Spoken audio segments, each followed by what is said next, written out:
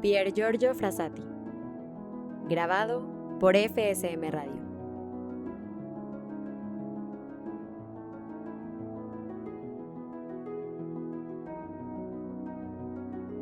Capítulo 9, parte 2.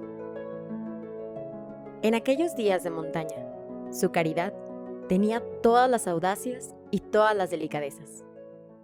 Aquellos que se beneficiaron de ella gustan de recordarlas ahora que él ya no vive, como un bello espectáculo que nunca se volverá a ver. Un alpinista describe de este modo las peripecias de una excursión en el curso, de la cual tuvo la dicha de trabar relación con él. Él estaba escalando una pendiente escarpada y llevaba, como de costumbre, una carga considerable sobre sus espaldas. Detrás de nosotros seguía el mandadero, un niño que nos había ofrecido sus servicios. Se le había confiado los esquís y también mi mochila. Pronto comenzó a resbalar y a rodar sobre el hielo. El pobre niño, cuyo rostro estaba de color carmesí, avanzaba con dificultad. Pier Giorgio lo advirtió. Lo ayudó, primero empujándolo suavemente delante de sí. Luego lo alivió de la mochila y después de los esquís, que cruzó sobre los suyos. En fin, le ofreció cargarlo sobre sus espaldas y riéndose agregó: ¿Cuánto me das? Nosotros, que lo veíamos caminar con paso tan suelto bajo su enorme carga, pensábamos que estaba más sólidamente preparado que todos para la existencia.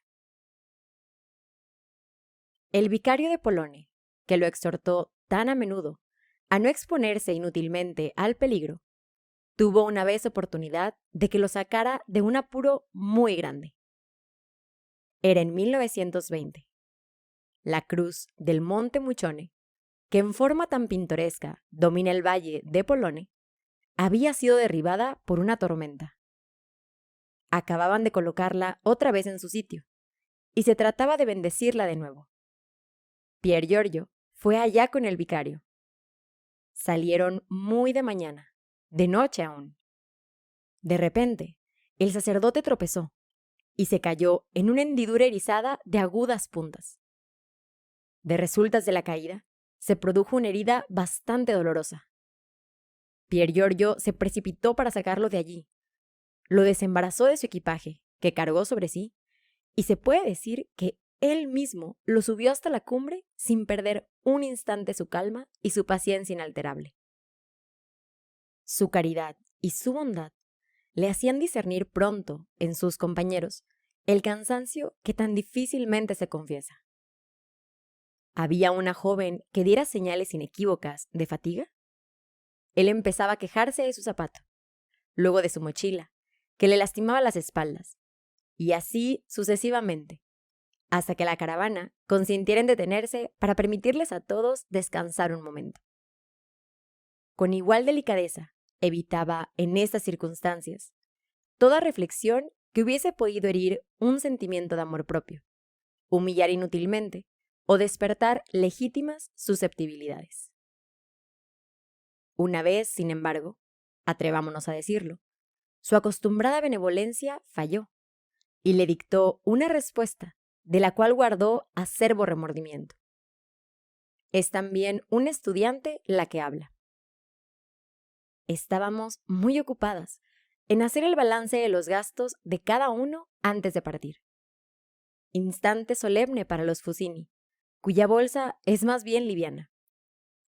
Las dos estudiantes encargadas de esa delicada misión la cumplían del mejor modo posible, mientras que el resto de la alegre compañía hacía un ruido infernal alrededor del fuego.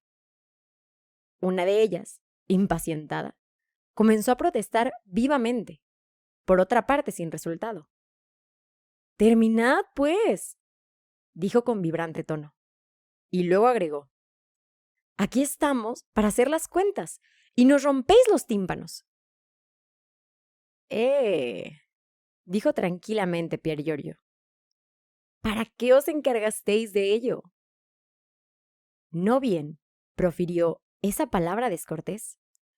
tuvo la sensación de que acababa de abrir una herida.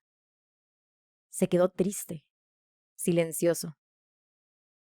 Unos instantes más tarde, los grupos evacuaron la sala para volver a sus habitaciones. Él iba y venía, por el corredor helado, con las manos en los bolsillos. Las dos estudiantes lo saludaron al pasar.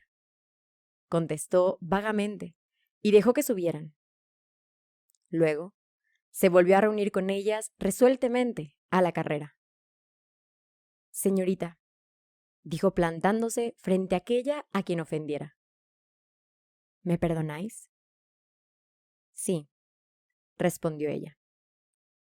Entonces, dadme la mano. Luego les dio las buenas noches.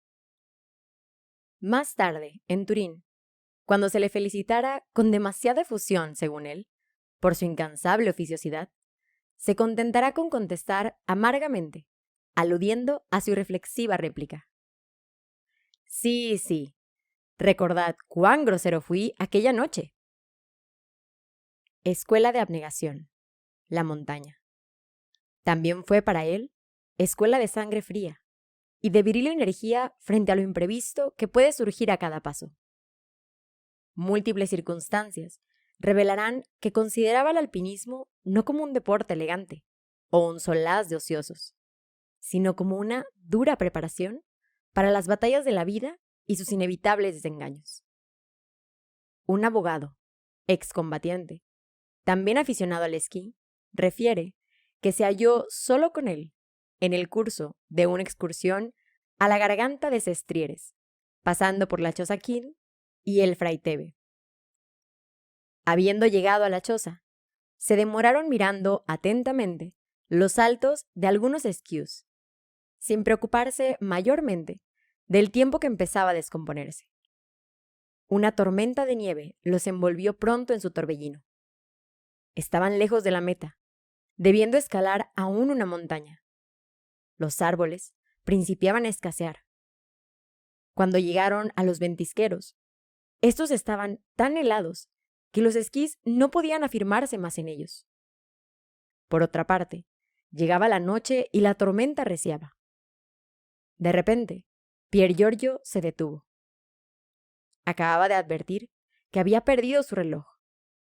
¿Qué hacer? Su compañero le propuso volver atrás. Protestó, previniendo los peligros que se expondrían retrocediendo a través de la oscuridad de la tormenta. Por fin, a las 17 horas, los dos compañeros llegaron a la cumbre de Fraiteve. ¿Pero qué? He allí que se detuvo nuevamente. Esta vez había perdido un esquí. Pero dejemos que hable ahora su compañero de excursión. En ese momento, dice, Frassati fue, en toda la fuerza del término, un alpinista, y mejor aún, un hombre. Mis múltiples peregrinaciones a través de nuestros Alpes me familiarizaron desde hace largo tiempo con la psicología del hombre en las cimas elevadas. Allí aprendí a conocerle. Allí aprendí a juzgarle. Sé a qué estado de desmoralización se entregan a veces aún los más valientes, hallándose frente a un incidente que puede tener consecuencias fatales. Pier Giorgio se dio perfecta cuenta de lo que acababa de sucederle, y no hube de apelar a mi larga experiencia para tratar de aminorar a sus ojos la gravedad de la situación. Comprendió y conservó la calma. Tenía frente a mí a un montañés de recio temple, a quien no asustaba el peligro. Nada dijo, porque era fuerte. Los hombres, los verdaderos hombres, obran siempre de este modo. Volvimos a descender. Dios sabe cómo. Tan largo se me hacía el tiempo, que me parecía no había de concluir jamás.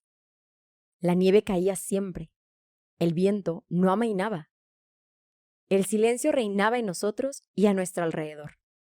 En la inmensa soledad de la montaña, que es verdaderamente espeluznante cuando se enemista con nosotros. Así pasaron varias horas. A través de la oscuridad, adivinaba sus esfuerzos. divisamos por fin a gran distancia una lucecita. Era la meta, el refugio, los amigos. Esa misma noche, en casa, la madre corrió a su encuentro a la antesala, presurosa como de costumbre, por ver de nuevo a su hijo tostado por el aire fuerte y trayendo en sus ojos como un reflejo del esplendor de las nieves. Comprobó, solo con un rostro de facciones alargadas y una voz, que no podía disimular el cansancio. ¿Sabes, mamá? He perdido mi esquí. Pero el mesonero de Sestrieres me prometió que iría a buscarlo cuando la nieve estuviese derretida. Pasaron algunos segundos. Perdí mi reloj. ¿Qué más? Pregunta la madre, sonriéndose irónicamente. Pier Giorgio, avergonzado. Pero, cuando se derrita la nieve, eso es, allí crecerá una planta. Hallaron el esquí. Adorna hoy su habitación, como fúnebre testigo de tanta vida y de tanta bulliciosa alegría. Otra vez, en noviembre de 1924, decidió intentar, en compañía de 2 amigos, la ascensión de la Besanese. Esta ascensión es muy penosa en verano. En invierno, es hasta peligrosa. Escuchemos a Pier Giorgio, que, con su humor acostumbrado, se complació en recordar para sus amigos las peripecias alternativamente críticas y divertidas de esa larga espera. Le escribe a su camarada aviador. ¡Qué lástima que aquel día te hayan detenido serios compromisos en Livorno! Estoy seguro de que hubieras tenido mucho placer en compartir con nosotros las alegrías y los inconvenientes de un vivaque a 2.500 metros de altura en pleno mes de noviembre. Habíamos salido con intención de subir a la Besanese, por el camino de Sigismondi. De habérnoslo impedido la nieve, habríamos seguido la ruta normal. Pero, llegados a Valme y sorprendidos por la nieve, juzgamos imprudente subir por el camino de Sigismondi. Alquilamos entonces skis, con el fin de subir al Albarón de Saboya. Debido a eso, perdimos 2 horas, de suerte que recién a las 14 horas nos encaminábamos hacia el refugio. Como llevábamos bastante carga, avanzábamos lentamente. Después de la planicie de los Muertos, comenzó la penosa subida. La nieve estaba congelada, lo que demoraba nuestro avance, pues no teníamos las manos libres para utilizar nuestros bastones. Piolets. Llegamos por fin a un punto, ubicado a 1 hora de camino aproximadamente del refugio. Pero allí, el cansancio y nuestra incertidumbre con respecto al estado de la nieve nos obligaron a detenernos para pernoctar. El buen Ceruti se puso a trabajar. Habiendo descubierto una roca cubierta de nieve y dispuesta en forma de techo, cavamos debajo un hueco que comprendía las siguientes habitaciones: un dormitorio para 3, comedor, cocina, saloncito de recibo, espacioso corredor con terraza que daba un espléndido panorama y, no olvidemos el retrete. Ese magnífico departamento medía 1,50 m de largo, 50 centímetros de ancho y 40 centímetros de alto. La calefacción era más bien deficiente. En cambio, la ventilación era excelente. En una palabra, todas las prescripciones de la higiene fueron rigurosamente seguidas. Preparado en esa forma el departamento, nos apresuramos a estrenar la casa. Saboreamos una taza de té que, ¡ay!, no era tan azucarado como los discursos de nuestra presidenta. Pero, ¿en qué íbamos a ocupar nuestro tiempo? Pues, no había que pensar en dormir. El sueño hubiese sido fatal.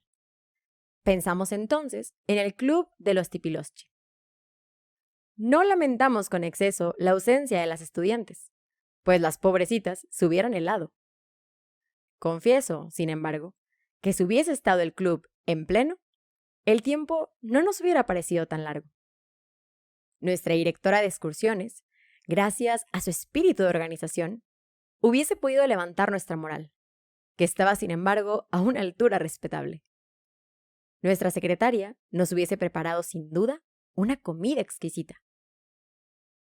En esa forma, en medio de los banquetes y de los cantos, entre una declamación del Dante y una lección de astronomía o de radiotelegrafía, pasamos agradablemente 12 horas, a saber, desde el domingo a las 19:30 y hasta el lunes a las 8 horas de la mañana. Antes de dejarte, mi querido Marcos, debo decirte que hemos decidido establecer nuestro próximo vivaque en el ventisquero del Monte Rose. Guardémonos de atribuir únicamente al temperamento feliz de Pier Giorgio, y menos aún a cierta vanidad, a ese continuo buen humor y esa aparente impasibilidad frente al peligro.